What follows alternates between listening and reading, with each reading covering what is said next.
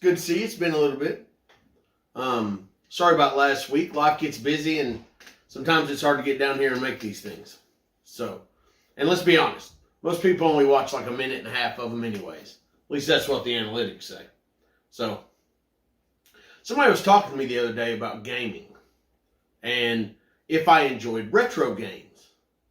And the truth is, I don't. I don't like retro gaming.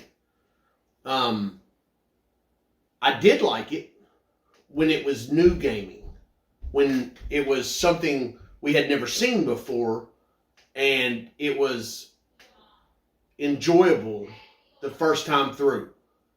So now there are people that love it, and I respect that. A gamer's a gamer. A lot of people don't know, in my household, everybody thinks I'm the big gamer. The truth is, my wife is a hardcore retro gamer.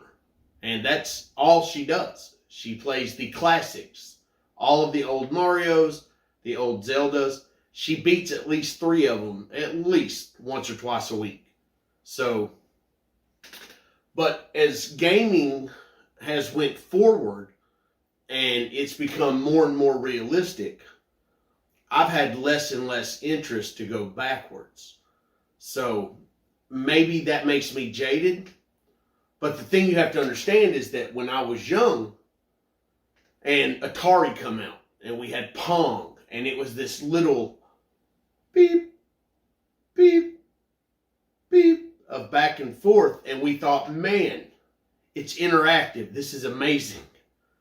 And then Nintendo come out.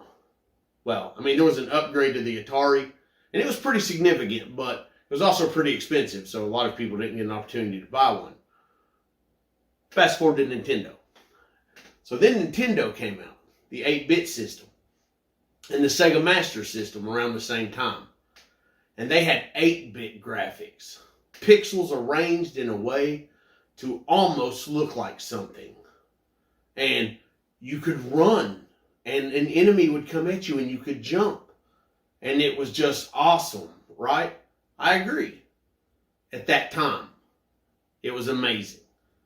And then the Sega Genesis and the Super Nintendo come out. And I was a Nintendo guy. My friend Chad, he was a Sega guy. So we kind of had both things covered, although he covered them a lot quicker than me. So I played a lot more Genesis than I did Super Nintendo. And that was 16-bit graphics. And it was like, oh my God, it looks like a cartoon. And that was games, like, well, crap, none of them really stand out. TMT, Before Time, Street Fighter 2, Mortal Kombat, the original Mortal Kombat 2 and 3. They were animated. They had enough definitions to look like Saturday morning cartoons. And they were wonderful. Predator. Actually, if I sit here and think about it, I can name them off. And then they started getting into the... crap, I've not thought about it in so long. The rendered graphics of like Donkey Kong Country, Killer Instinct. That was really pushing what a Super Nintendo could do. And then they come out with what's called Mode 7, I think.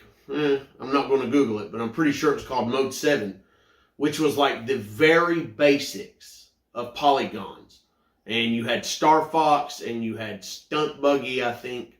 And there were a few games, Doom, that come out that use this technique.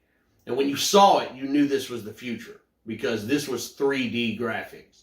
Maybe not great 3D graphics, but they were, for the time, amazing.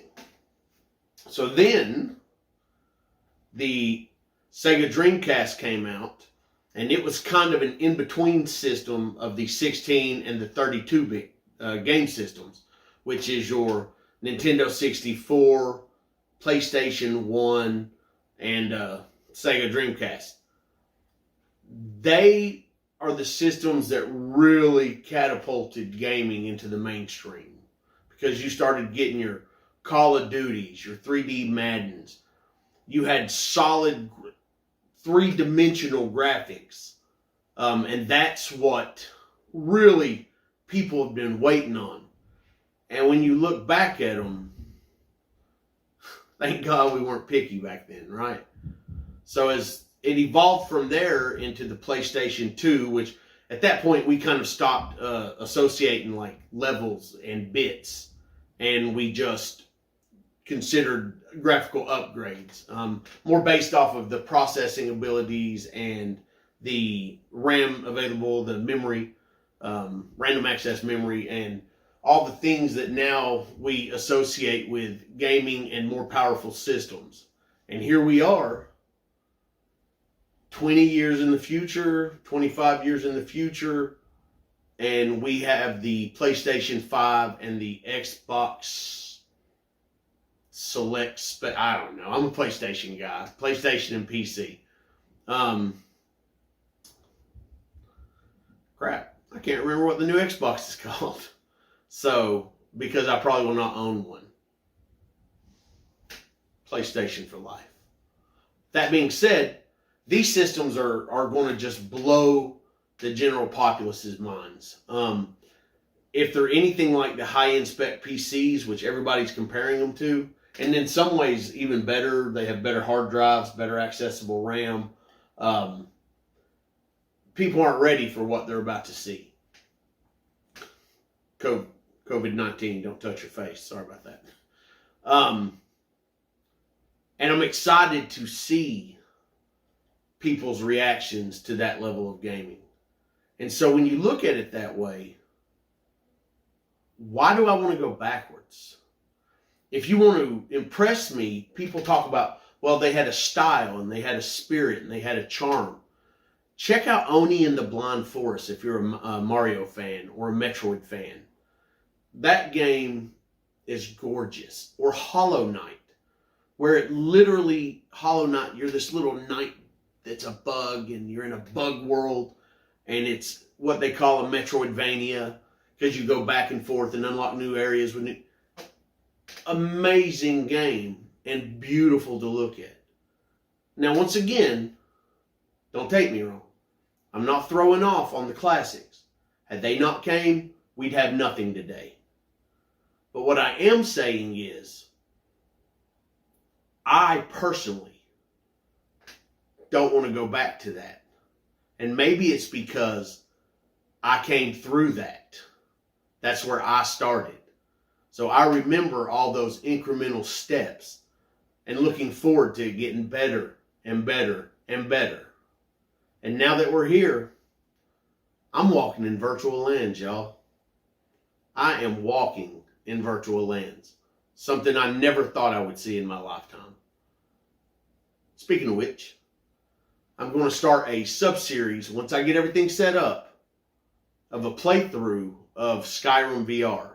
And I kind of got an idea in my head how we're going to do it. And it's something that's not been done yet. So wish me luck.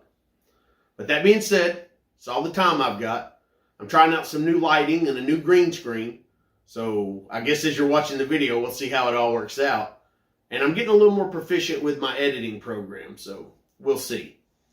But that being said, I appreciate you watching. I appreciate your time. If you made it past the first 2 minutes, you're amazing. Like the video. Subscribe. That would be awesome. Leave a comment on the video in YouTube. I know for all my social media people, which is most of my watchers, you usually comment on my post on social media. Comment on YouTube. Let's interact there a little bit too. One, just so that I feel good about myself. But, okay, I appreciate your time. And until next week.